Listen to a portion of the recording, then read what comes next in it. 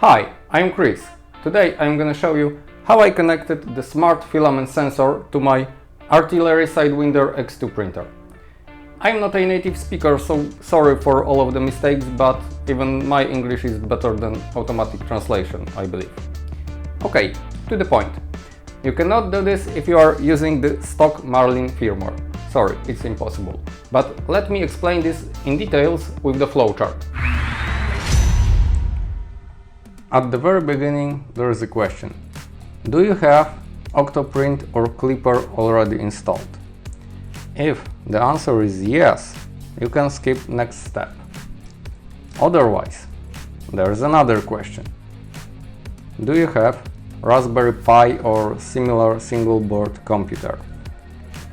Like before, if the answer is yes, skip the next step.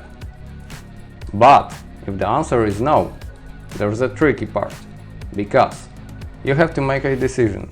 If you want to replace your original motherboard in a 3D printer with something like MKS skipper.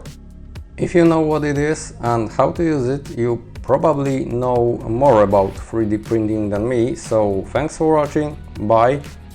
But if you are still with me, I assume you choose the Raspberry road. It means we are here. The Octoprint is much easier to install. You don't have to replace the original firmware, and there are a lot of plugins. But as far as I know, you cannot utilize both functions of the Smart Filament Sensor to check if the filament is inserted and if the filament is moving.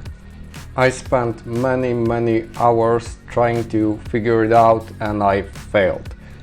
These two plugins cannot work simultaneously even when I connected everything to GPIO pins. What that means? Klipper is the only correct choice. You know, Klipper is like Rome in Italy. Every road leads to Rome. I'm not gonna tell you how to install Klipper on Sidewinder because there is already great tutorial about that on YouTube from Ethereal 3D project, so I will put the link in the description and go to next step. Do you want to use GPIO pins, which is the easiest way, and you probably don't need my tutorial, but I'm an engineer. I like challenges. Believe me or not, but somewhere behind me there's my Raspberry Pi. I'm using it for other things, so it has to stay here. The distance between these points and up and here will be more or less 2.5 meters. It might be too much for low voltage signals. So that's why I insisted on using the built-in connectors. At first glance it might seem impossible, but right out of the box we've got this stock filament sensor from Artillery. We won't use it anymore, so we can easily get rid of it. And that's how we get our 3-pin connector ready to use with 5V ground and 1 signal pin. It was here, but I hid it under the case. Okay, so we are halfway there. The only thing left is to find the 4th pin, which we can use for the motion sensor. I've been doing this a few weeks ago and I really don't want to unscrew the case again, because it's the easiest way to screw up something. So I will show you everything on the diagram. Let's get back to monitor.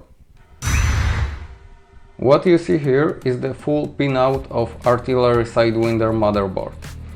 The 3-pin connector I was talking about is the green one right here called Z end stop.